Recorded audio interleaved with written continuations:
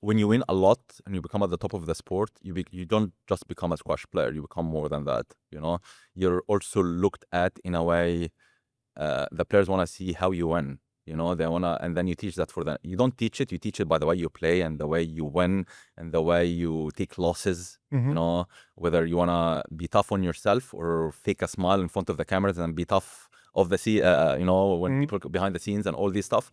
And that's I feel like that's what I did with Assal when he came on tour at the start. A lot of people were attacking him, right? The media, the players, the officials, and I was the only one that defended him, if you remember, right? Yeah. And did I agree with the stuff he did? Absolutely not, But I had a duty to be there for him. Even if I knew he was going to be there, I had a duty because I care about the sport. I want the sport to be better, I had my time to make that sport good and to take it to the next level. The ones behind me are going to take it to an even further, better level, right?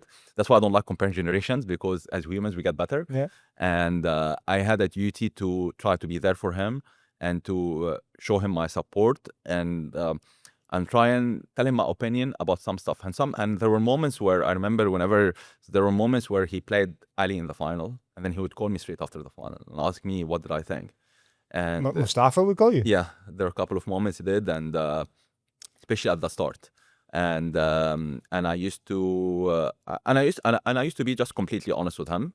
I remember he called me when they played that popular match, a famous match they played in Al Ahram in Egypt, and there was a big fight after that match. The CIB there and everyone, right?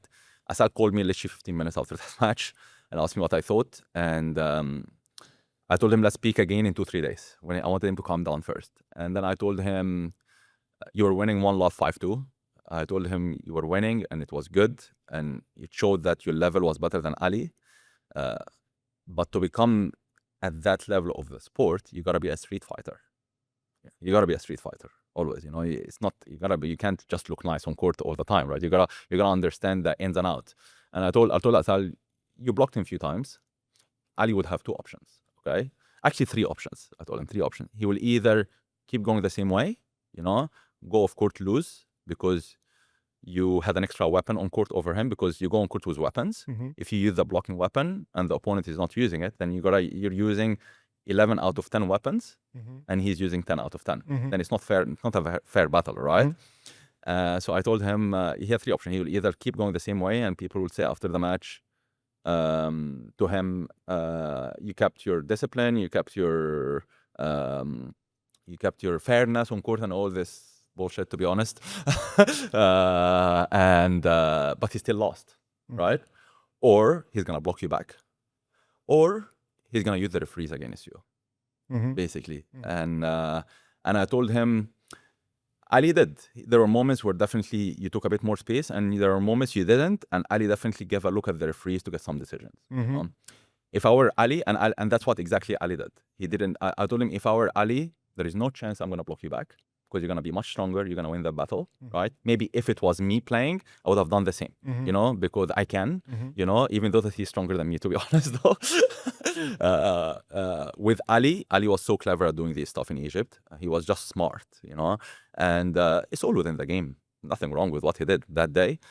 He felt like Assal was using something extra. He did respond to him in a more clever way, and Ali these are the ins and outs maybe people didn't see sometimes when they watch the sports, right? And Ali was smart with it, and he's a street fighter, and that's why he won that match. You're not going to beat Assal unless you're a street fighter. Let's put it that way, Do you feel like, with Mostafa, do you feel like the scrutiny and the attention that's being placed on him is fair, justified? Is he using his weapons too often to kind of put it into the same language as what you're saying? I'll tell you both things. If I were him, I wouldn't give a shit. Absolutely not give a shit. I'm world number 1, world champion, British Open champion, won all the titles, My way is working. Why do I need to change it? Why do I need to change it? It doesn't make sense, because some fans are not happy, because some people are not happy. I don't care about that. Why will he care about that? Why will he care about that? That these people have no right to give an opinion. No right, The only people he has to care about their opinion is James, his coach, his team, and his parents, and that's it. That's it. as long as these people are okay with what he does, then he should be okay. If one of them think that he should change something here or there, then okay, you do that with your team, right? But if something is working, why change it? It's working. What do I think of it? I mean, I will always think about the athlete side because that's where I was, right? I was never in the fan side of the sport, right?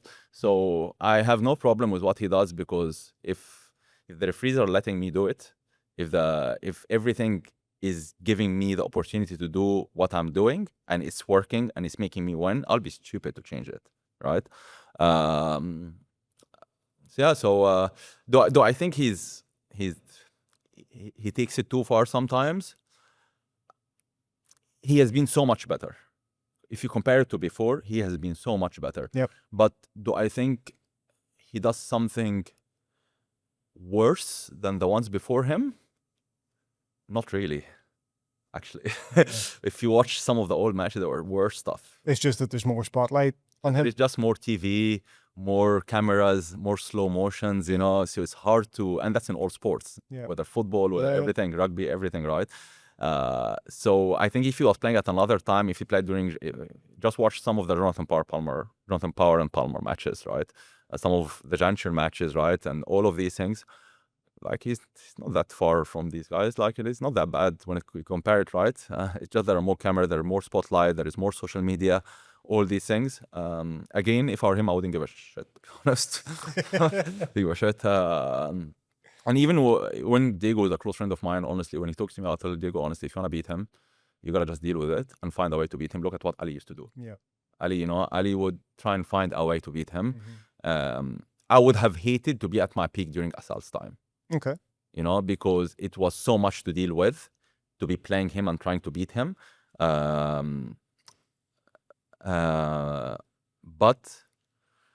he's to deal with, beside him being a great squash player, unstoppable, and I just feel sometimes he's a better version of me, just a stronger version of me, Yeah. because he's bigger and stronger, more explosive than how I was, very streetwise, very smart, these are all the things I had in my career too, to be honest. But sometimes, I don't know, maybe because I played him at the time when I was getting older, so I just felt so contained on court when I played him, but he's just stronger than me, than when I was at that age, faster.